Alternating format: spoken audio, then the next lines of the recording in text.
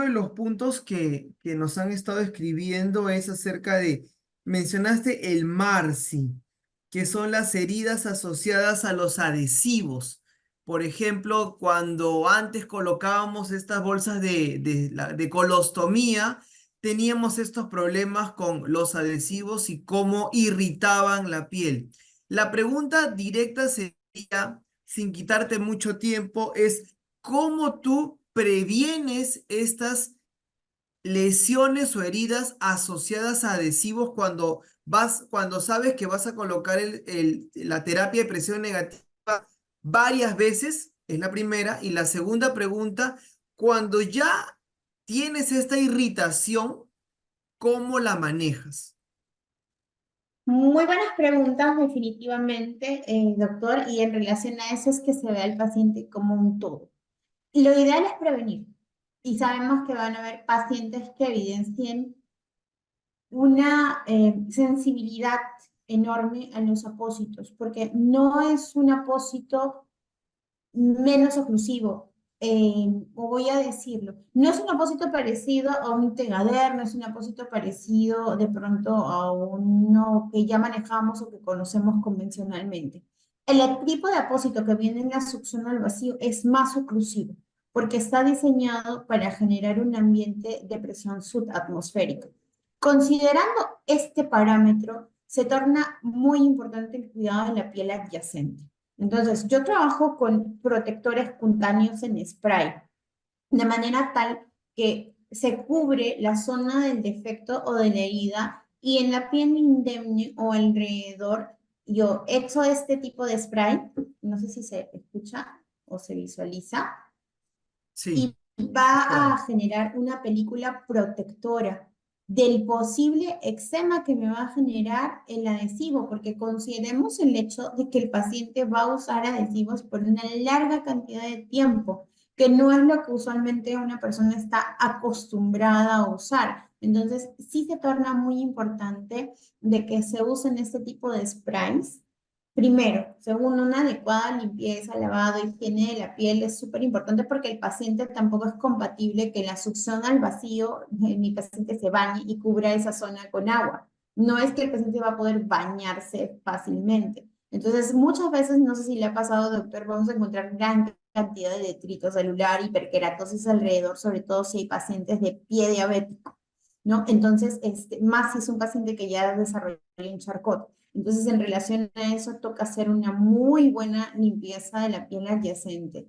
Si yo tengo ya un eczema comprobado, el paciente me hizo un MARSI porque de pronto, pues, se entusiasmó un personal, el estudiante, demás, el que no sabe que cómo se tiene que retirar el adhesivo y le hicimos un peeling al paciente que no queríamos, pues toca allí de pronto cambiar la técnica de colocación, no coger esos márgenes adyacentes, tratar de hacer un sellado con mínimo uso de adhesivo.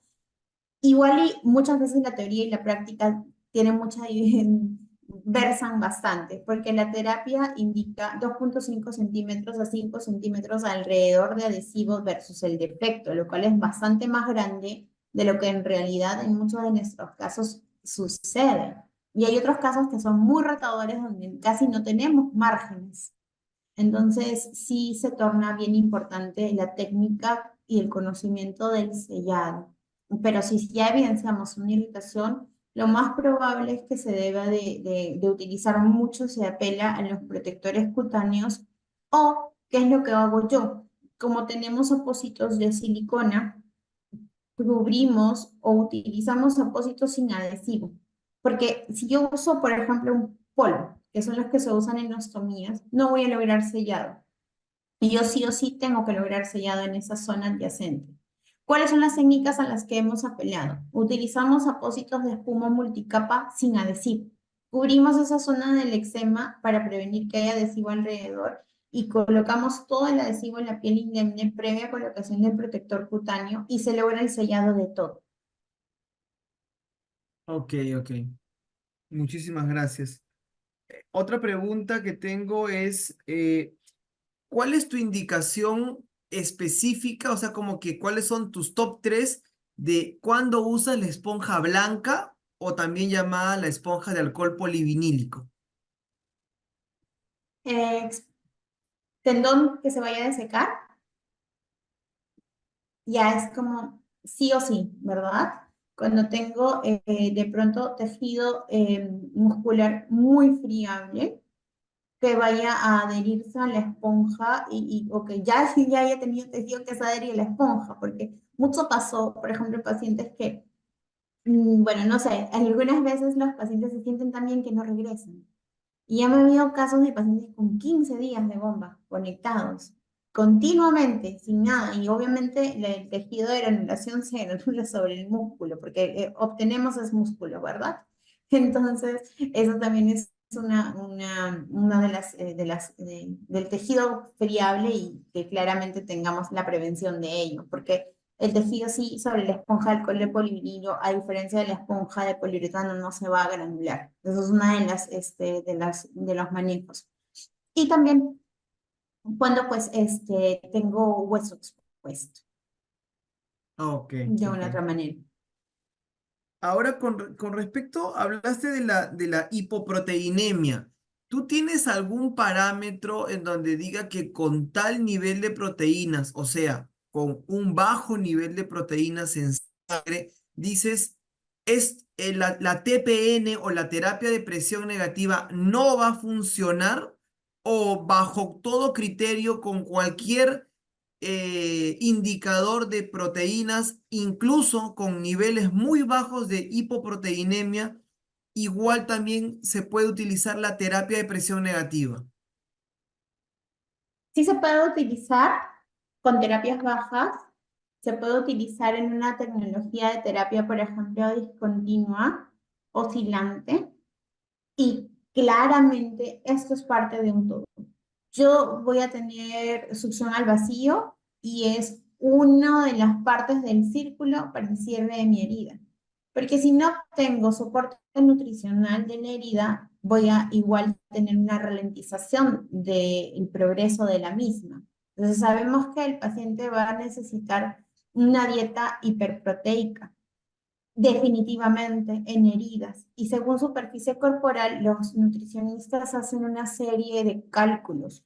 Pero existen, por ejemplo, algunas fórmulas. Yo lo vi hace poco en un congreso en Chile. De hecho, hay una fórmula que no sé si está en nuestro país, pero se llama Avintra. Y esta fórmula está diseñada justamente para pacientes que tienen el manejo de tecnología o de terapias coadyuvantes como esta u otro tipo de terapias coadyuvantes, incluso con el láser mismo, de manera tal que aporta una gran cantidad de proteínas a la dieta. Sobre todo si se trata de pacientes pues con...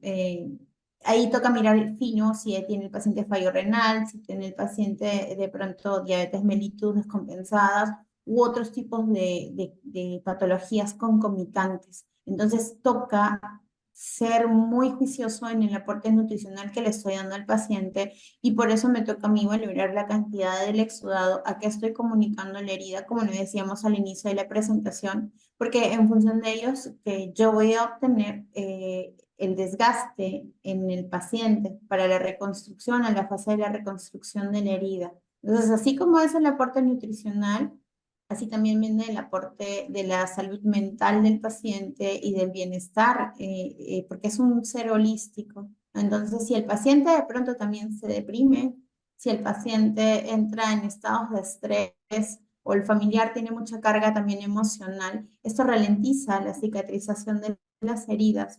Es también parte de un todo. Si la terapia se coloca con éxito y termina teniendo fallas por el cuidado de la terapia, también ralentizamos el tratamiento. Ok, ok. Con respecto a este tema, a este punto bastante interesante que tocaste, Verónica, sobre cómo utilizamos hoy en día la terapia de presión negativa sobre la zona suturada, o sea, la llamada terapia de presión negativa incisional.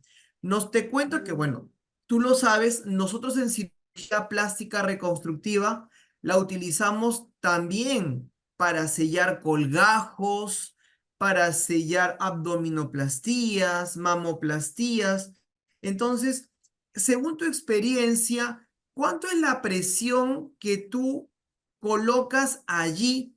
Porque hay que entender que la presión que tú mencionaste, que es -80 a -120, es una presión de regeneración, pero aquí lo que queremos es una presión de sellado. Según tu experiencia, ¿qué presiones manejas o cuáles son los criterios que tú utilizas? Muy buena pregunta, doctor. Entonces, en relación al feeling de la sutura que se dio con el paciente, igual y las recomendaciones, y ya los fabricantes tienen una homologación, es más. Las terapias de presión negativa, la que vamos a ver en la siguiente sesión, la que se denomina como incisional o terapia de presión negativa descartable, viene por default con -80 milímetros de mercurio. Es la programación con la que el equipo ya viene y no es movible. En estos escenarios, la otra terapia que no conocemos aún o de la que vamos a hablar la próxima semana, nos da -80 milímetros de mercurio como suficiente para el trabajo incisional o para el trabajo preventivo.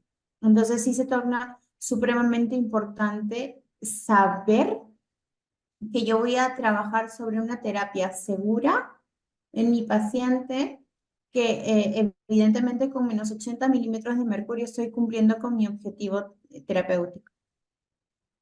Más o menos te comento, como yo soy microcirujano, a veces hay colgajos tan delicados que los 80 son muy fuertes y yo utilizo, sí, la bomba pequeña para colocar a veces 60 y lo voy regulando porque hago la palpación y le estoy quitando perfusión al borde del colgajo. Solamente era un comentario. Con respecto al tema mencionaste que para la mayoría de ocasiones ustedes utilizan la terapia continua. Quisiera que aclares un poquito más sobre, de manera resumida, cuándo utilizas una terapia continua y cuándo utilizas una terapia intermitente. Excelente, doctor. En el escenario de la terapia continua, nosotros yo como en mi labor de coordinadora clínica, no tomo la decisión final salvo que el caso sea mío como enfermera.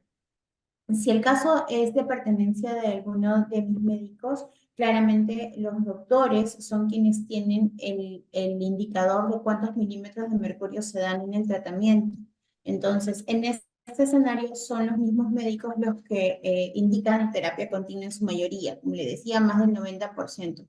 Sin embargo, cuando cambiamos intermitente, cuando el paciente tiene sensibilidad, hay dolor en la herida.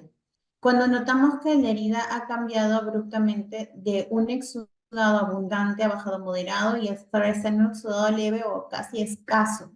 ¿Por qué? Porque obviamente hemos controlado carga bacteriana, no hay tanto detrito celular, hay fase de granulación y el exudado cae. Entonces, al caer ese exudado, vamos a equilibrar, el equilibrio de la humedad se basa en estos dos. Dos extremos son malos. Muy seca la herida no progresa y muy húmeda la herida tampoco progresa. Tenemos que situarnos en el medio. Entonces, si ya pasamos la fase de limpieza y estamos en fase proliferativa, correctamente podríamos trabajar una terapia intermitente. Casos de sensibilidad, casos donde la herida ya no tiene tanta cantidad de exudado, podemos trabajar la terapia intermitente. Cuando ¿qué queremos? Que más bien haya humedad en herida para el entretejido del nuevo tejido de granulación, valga la redundancia. Podríamos decir, ya cuando como dices tú, ya cuando se ha superado la primera fase de colamiento, de hipersecreción y todo, y ya tienes el lecho, digamos que plano, se puede decir según tu experiencia, una cosa es la teoría y otra cosa es la que veamos en nuestra práctica, que la terapia continua versus la terapia oscilante. Yo he notado que la terapia oscilante en este caso me deja granular más. ¿Qué es lo que tú has visto en tu práctica? Totalmente, doctor. Definitivamente la terapia oscilante deja mejor granulación. Cuando nunca la voy a programar cuando haya mucho exudado, definitivamente. Es porque es que el exudado es un predecesor de la elección. Si el paciente manifiesta, porque son preguntas muy directas y específicas, el paciente manifiesta sensación de escozor, punzaditas al lecho de la herida. El paciente manifiesta como ligeros hormigueos en la herida, propio de cuando todos en algún momento hemos recordado que hemos sido niños, nos hemos hecho una herida y cuando la herida comienza a cicatrizar, ¿qué sentimos? Todo ello que ya que hemos conversado. Entonces, en un lenguaje muy claro y sencillo, si el paciente ya evidencia o nos da esta manifestación, podríamos manejar una terapia intermitente. Si el paciente claramente sabe cuidar la terapia, porque la terapia intermitente a veces nos da pautas en la bomba y los pacientes se alarman frente a esto. Pero muchas veces la terapia intermitente no ha calado tanto en nuestro país, pienso yo, por el manejo, por ese componente educativo que aún no tenemos, y es el hecho de que si el paciente se asusta cuando ve la bomba en cero, o se asusta cuando escucha un pitido y es el pitido de la bomba indicando meramente el cambio de la terapia nada más. Ok. Y finalmente, Berito, con respecto al tema del número de días del cambio, quiero que quede claro, sí, en este webinar, a veces cuando no se entiende o cuando uno recién está empezando con este sistema, piensa pues que el sistema puede quedar muchos días. Entonces, yo te quiero preguntar, bajo la experiencia amplia que tienes, ¿cuánto es el número de días máximo dentro de la seguridad que tú recomiendas o ves en tu práctica, ¿sí? Y cuánto es el número de días mínimo o si existe algún número de días mínimo. ¿Cómo manejas esto? Dependiendo del caso, claramente de la valoración del hecho de la herida y la respuesta en el seguimiento, porque pues esto es algo que no para. Entonces, tenemos la primera fase de limpieza, aquí toca hilar fino porque guía de práctica clínica dice 2 a 3 cambios por semana. Es la teoría.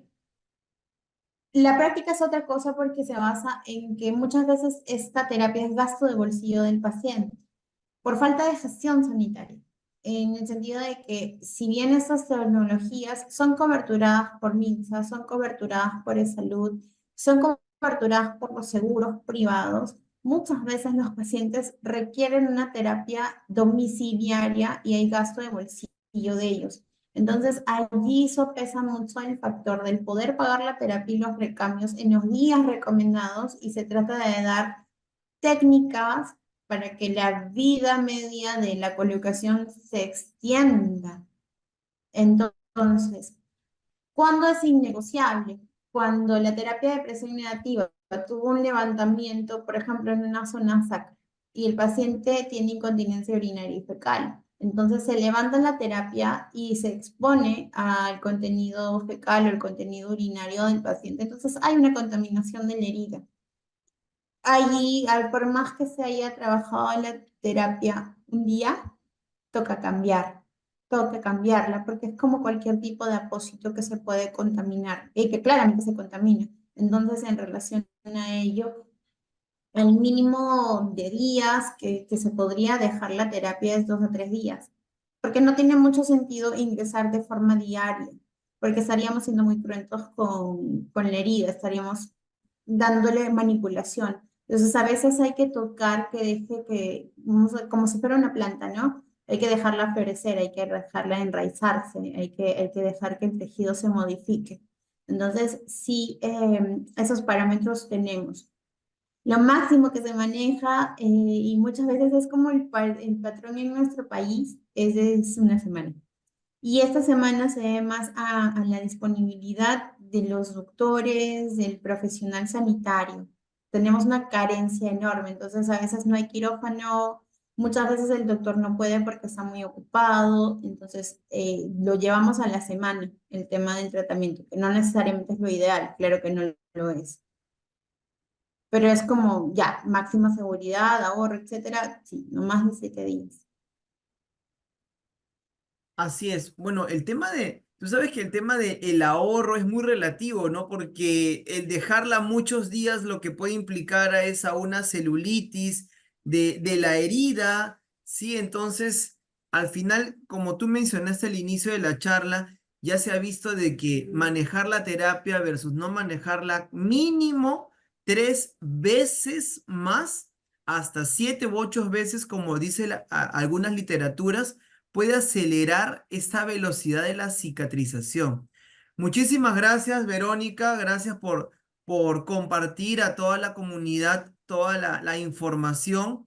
Queda pendiente la otra parte de tu charla, de verdad, eternamente agradecidos porque esta información va a quedar en las redes sociales, queda en el YouTube de la página de Fundación. La Fundación, como siempre, nació sin fines de lucro para ayudar. Yo como cirujano plástico también nos escriben a la página de Fundación y siempre estamos brindando ahí información gratuita para que las personas, tanto personal de salud, a veces también nos escriben pacientes, poder darles una dirección y que estas heridas no se hagan crónicas, porque a veces hemos encontrado heridas de 7, 8, 9 meses y ya se volvió una rutina cuando no se conocen estas tecnologías que aceleran todos estos procesos y disminuyen complicaciones, como incluso hasta neoplasias de las mismas heridas crónicas, Verónica. Si tienes algunas Totalmente. palabras finales que nos puedas dar como recomendación a esto.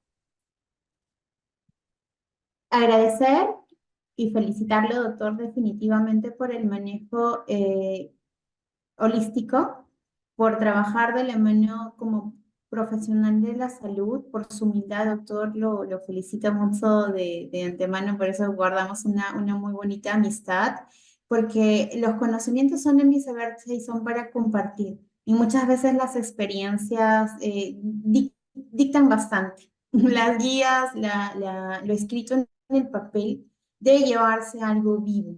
Y este factor de ser algo vivo es el brindar bienestar al paciente y a la comunidad. Y finalmente aplicar tecnologías de este tipo, lo que nos favorecen también es una activación económica de personas que yo hemos tenido muchos casos de pacientes que trabajan con sus equipos, vuelven a estar económicamente activos, como muchos de nosotros necesitamos seguir trabajando y evidentemente han habido recuperaciones de casos extraordinarios. Y es real que este tipo de terapias sí pueden salvar la vida de las personas, porque han habido casos de pacientes en cuidados críticos, al borde de una septicemia, bacteriemias, etcétera, y los podemos recuperar de ello. Claro, en un trabajo en equipo y con muchas más terapias, pero esto marca un precedente para el paciente. Sí, Verónica, definitivamente. Tú has mencionado un punto que me ha quedado calado. La diferencia entre la vida y la muerte. Para cerrar, yo siempre menciono esto, que cuando empecé el tema de las terapias hace más allá de 15 años, teníamos a dos pacientes de la misma edad con lesiones bien agresivas que iban desde muslo hasta tobillo. Ambos pacientes eran jóvenes, ambos pacientes no tenían ninguna enfermedad y tenían la misma, se llama el mismo arrancamiento, que nosotros en medicina le llamamos globin. Este arrancamiento de la piel, como tú habrás tenido pacientes, y en un paciente utilizamos la terapia de presión negativa en el hospital y al otro paciente desafortunadamente se lo tuvieron que llevar a un lugar en donde no había terapia de presión negativa. Le dimos un seguimiento de información, pero fue bastante cruel y crudo, Verónica, el que el paciente que utilizó la terapia de presión negativa continuamente llegó a regeneración, o sea, granulación para un injerto y hoy en día está trabajando y hace una vida seminormal. Pero ¿cómo cambió la otra cara de la moneda, Verónica? Porque la otra paciente, joven y sin enfermedades, también como la primera, en 7 días llegó a una amputación de la rodilla para arriba, o sea, una supracondilia. En 14 días llegó una amputación de la cadera, Verónica, y en el día 21 había fallecido. Entonces, por eso es que Yo quiero que tengamos marcado esto. Las tecnologías son las que están en vigencia y no por, borremos términos de gastar más o gastar menos. Aquí es vida o muerte. Y es lo más importante. Y nos dedicamos a este tema de la regeneración muy pocos y por eso te agradezco infinitamente por compartir este conocimiento, porque yo sé que nos van a escuchar en diferentes lugares. Me han escrito, sí, del Perú, incluso a veces de otras partes, en donde podamos brindar un granito de información y ayude quizás a salvar una vida o a mejorar una. Muchísimas gracias, Verónica. Muchas gracias a todos, muchas gracias doctor por la invitación y siempre pueden contar conmigo. Que tengan una hermosa noche. Que les vaya todo muy Gracias. bonito. Un gran abrazo. Te vemos la próxima semana. Gracias por Nos tu tiempo. vemos.